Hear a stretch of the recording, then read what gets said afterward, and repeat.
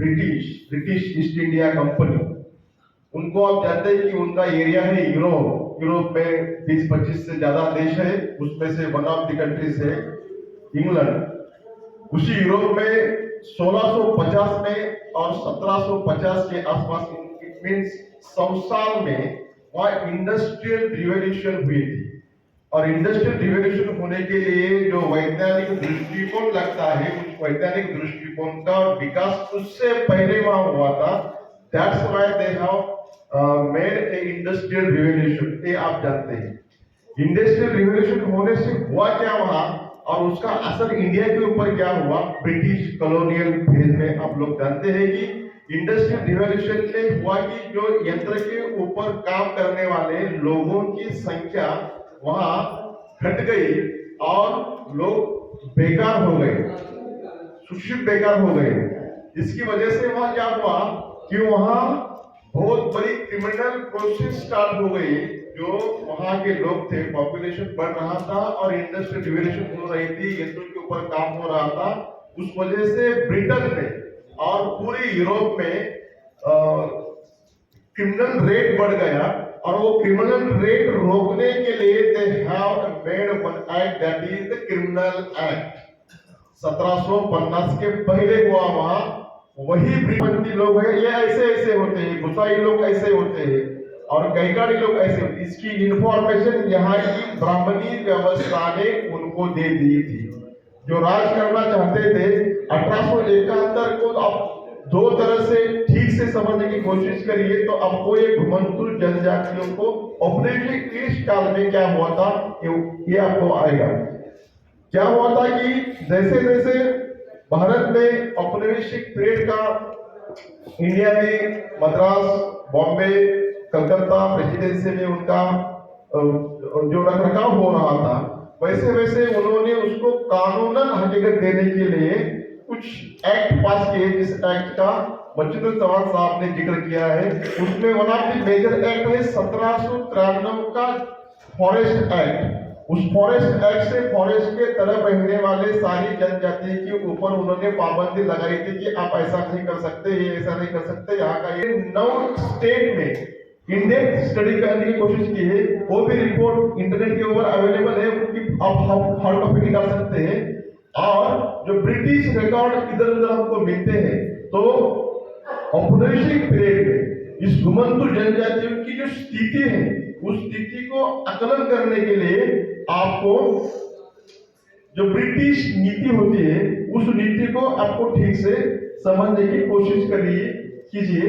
और उसके साथ साथ भारतीय जो समाज व्यवस्था है, जिसको हम ब्राह्मणिकल आइडियोलॉजी बोलते हैं, जाति प्रथा का बोलते हैं, उसको यानी कि ब्रिटिश पावर एंड यहाँ की ब्राह्मणिकल पावर, ये दोनों ने मिलकर 1871 का जो एक्ट बनाया और उससे पहले 1871 का जो गैजेट बनाया, उस गैजेट में हमारे जो जिसको हमने उसको हमने बंद किया है। बाद में 42 सेटलमेंट, जिसको जेल बोला जाता है, उस 42 सेटलमेंट का भी रिकॉर्ड हमारे पास है। उस रिकॉर्ड में भी हम हमारा जो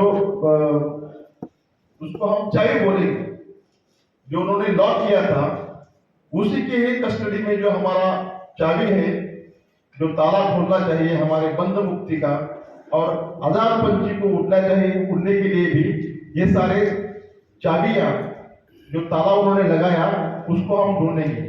जो 42 जनजाति महाराष्ट्र में अभी है, जो अपने अधिकार के लिए लड़ना चाहते हैं, तो उनके लिए भी ये ब्रिटिश पीरियड, ब्रिटिश टाइम के डॉक्यूमेंट और जो उन्होंने जो नए नए कानून बनाए इस जनजातियों का जो मुक्ति का, उसको बंद करने के लिए, तो उसके लिए भी कुछ आधारशिला थी। तो भारतीय जाति व्यवस्था डॉक्यूमेंट के साथ आपको कहता हूं, इसके आप लिस्ट भी निकाल सकते हैं कि 1857 के विद्रोहों में सबसे ज्यादा जो ब्रिटिश को नुकसान दिया है, वो घुमंतु जनजातियों के सोल्जर्स ने दिया है, उनके ग्रुप ने दिया है, ग्रुप ने दिया है। उससे पहले भी जो विद्रोह इंडिया में हुए हैं, 1857 के पहले विद्रोह जो हुए हैं, वो विद्रोह में सबसे ज्यादा भाग लेने वाले यही इंडिपेंडेंट रहने वाले जो कम्युनिटी है हिंदुस्तान की, जो घुमंतु कम्युनिटी है, उन्होंने किया है। तो उनके पास अलग अलग सा हुनर था। तो उस हुनर को, जैसे कि पहले भी वक्ता ने कहा है कि लोहे का औजार बनाना जानते हैं, स्वॉर्ड बनाना जानते हैं, इसीलिए उनके सर्कुलेशन को लिमिटेड करने के लिए उन्होंने सेटेशन यानी कि सेटलमेंट बनाया। सेटलमेंट एक तरफ से हमारे पूरी जो हम घूमते हैं तो किसी वजह से घूमते हैं, तो उसको सिकुड़ने के लिए उन्होंने वो बनाने की कोशिश की थी। और जो स्वॉर्ड बनाना चाहते हैं वो चलना भी चाहते थे। और जो सारा रेफरेंस मिलते हैं बंजारा को लेकर, बंजारा कोई कास्ट नहीं है, बंजारा एक घुमंतों का तांडा होता है। कृपया वो भी आप ध्यान दीजिए। आप कोई भी डॉक्यूमेंट ठीक से पढ़ने की कोशिश कीजिए तो बंजारा एक बड़ा बॉक्स है, उस बॉक्स में एक घुमंतु जनजातियां है। तो आप उसमें हर कोई घुमंतु जनजाति को भी एक बंजारा गाए, जीवन के गीत सुनाए। ये जो गीत आप देखते हैं जो घुमंतु लोगों के लिए है, बंजारा एज कम्युनिटी ऐसा करके आप करेंगे तो मेरे ख्याल से आप अधूरा आंदोलन रख सकते हैं। महाराष्ट्र में मराठा कम्युनिटी का के बारे में भी ऐसा ही हुआ है। मराठा ऐसी कोई कास्ट भारत में, इंडिया में, महाराष्ट्र में नहीं है, लेकिन अभी वो बन गई है। वैसे ही बंजारों का हुआ है। बंजारा सब जो घुमंतु है उसके लिए बोला जाता है। ये भी आप डॉक्यूमेंटेड आपको मैं ये कहने की कोशिश करता हूँ।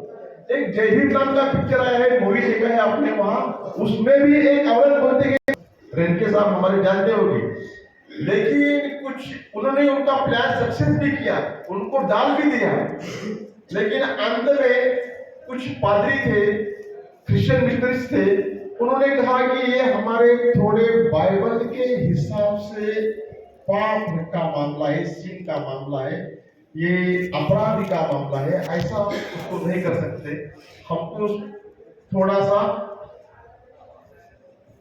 मानव बनाने की कोशिश हम करेंगे। उसी हिसाब से उनको बाद में सेटलमेंट में ला दिया। और सेटलमेंट का हिस्ट्री तो आप जानते हैं कि उनको किस तरह का उनमें ये तो नहीं तो हम मर जाते थे उसमें, जो बोटी में डाल के समुद्र में डुबाने की बात कर रहे थे। तो तेज नगर वो क्रिश्चियन मिशनरी थे, जिनका नाम अभी याद नहीं आ रहा, आ जाएगा। तो वहां बहुत सारा डॉक्यूमेंट अहमदनगर के कॉलेज में, जो अहमदनगर का कॉलेज अमेरिकन मराठी मिशन से रनिंग हुआ था, तो उसमें भी उन्होंने भी कुछ कोशिश की है इन लोगों को, यानी कि सेटलमेंट में जो लोग थे और बाहर भी जो लोग थे घुमंतु हमारे जैसे, उन लोगों को उन लोगों के साथ हाथ मिलाना या उन लोगों को अपलिफ्टमेंट के लिए कुछ काम करना हो। उसके वैचारिक आधार और प्रशासनिक कार्यप्रणाली का विश्लेषण करता है। साथ ही यह प्रभावित समुदाय पर इस औपनिवेशिक नीति के दीर्घकालीन प्रभाव और स्वतंत्र भारत में इनकी निरंतरता क्या रही है, इसकी भी ये लेख जांच करता है। समय के अभाव से मैं थोड़ा कम बोलूंगा। व्यापक औपनिवेशिक यानी कि ब्रिटिश नियंत्रण रणनीति का संदर्भ में अधिनियम को रखते हुए यह अध्ययन, मेरा जो रिसर्च है, दर्शाता है कि औपनिवेशिक भारत में अपराध, जाति, उनकी गतिशीलता यानी कि नोमैडिज्म जो है, और श्रम किस प्रकार परस्पर जुड़े हैं, उनके ऊपर भी वे डिपेंड करते हैं। और उसके लिए तो हम ब्रिटिशों को माफ नहीं करेंगे। जो सेटलमेंट थी उसमें भी उन्होंने हमारे साथ अच्छी बात नहीं की। कुछ हद तक उनके लिए उन्होंने कुछ एजुकेशन देने की कोशिश की, लेकिन उनके लिए थी जो क्रिश्चियन मिशनरी देने की कोशिश की गई। ठीक है, तो हमारे साथ मिडिवल इंडिया में भी कोई नहीं था और हमारे साथ एंशिएंट इंडिया में भी कोई नहीं था। तो हमारे साथ हमारा जो ताकत से हमने लड़े थे बंजाराओं का समूह, आपको सर मालूम है कि किस तरह से बंदा बहादुर और यानी कि सिखिज्म को आगे लेने के लिए बंजारों का इतना योगदान है। Rightly pointed doctor Chauhan sir ने दिया है आपको। ऐसे बहुत सारे रेफरेंस मिलते हैं।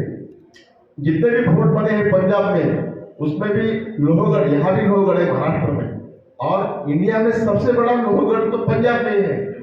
हिंदुस्तान का सबसे बड़ा जो गढ़कोट किला जिसको जाना जाता है वो पंजाब में ही है, लोहगढ़ ही है, और वो सबसे बड़ा है। तो वो बनाने में भी बंजारों का योगदान है। तो मिडियल इंडिया में, एंशिएंट इंडिया में हमने बहुत सारी कोशिश की है। उस कोशिश से भी आप जान सकते हैं कि हमारे साथ कौन है। तो हमारे साथ हमारा संगठन होगा तो ही हम आगे कुछ कर सकते हैं। नियमित रूप से पुलिस थाने में हल्दी देने की कोशिश सर खड़े रहे हैं। मैं एक 5 मिनट में 10 बजे से लेकर मैं खत्म करता हूँ। लड़ाई स्टार्ट ही होती है घुमंतु जनजातियों की विद्रोह से, लेकिन वो एड होनी चाहिए थी घुमंतु जनजातियों की विद्रोह से। भारत का सबसे अहम संविधान बना था जिसका फोटो हमने लगाया है। संविधान में जो जिक्र हो रहा था उस वक्त ये लोग जेल में बंद थे। 199, 98, 200, 300, 400, 500 में उस वक्त थे जब हिंदुस्तान का पार्लियामेंट बन रहा था, और उस पार्लियामेंट का फर्स्ट इलेक्टेड इलेक्टेड हो रहा था। पहले निवडणूक का जरा तो अपन लोकशाही का सबसे बड़ा आधारस्तंभ हो रहा था 1952 में। उस वक्त भी हम जेल में बंदिश थे। तो वो उत्सव हमारे लिए यानी कि हो रहा था मानव के लिए, लेकिन ये जो लोग हैं वो वही प्रिजन में बंदिश थे। तो उनके जो लॉक से खोलने के लिए कोई नया बाप में पंडित नेहरू आ गए। लेकिन इसके बीच यानी कि ब्रिटिश इरा में जो हमने स्टार्ट किया लड़ाई ब्रिटिश के एक्सप्लॉयटेशन के सिस्टम के अगेंस्ट, उस लड़ाई का जो जीत हासिल हुई थी, उस जीत को देखने के लिए हम नहीं थे, बाद में आ गए हम। ठीक है, इसके ऊपर बहुत बात अभी तक जो किया है, हमको ये हाथ में हाथ मिल के जाना चाहिए। धन्यवाद देता हूँ आयोजक को जिन्होंने इतना बेस्ट कार्यक्रम किया और मुझे बोलने की अनुमति दी।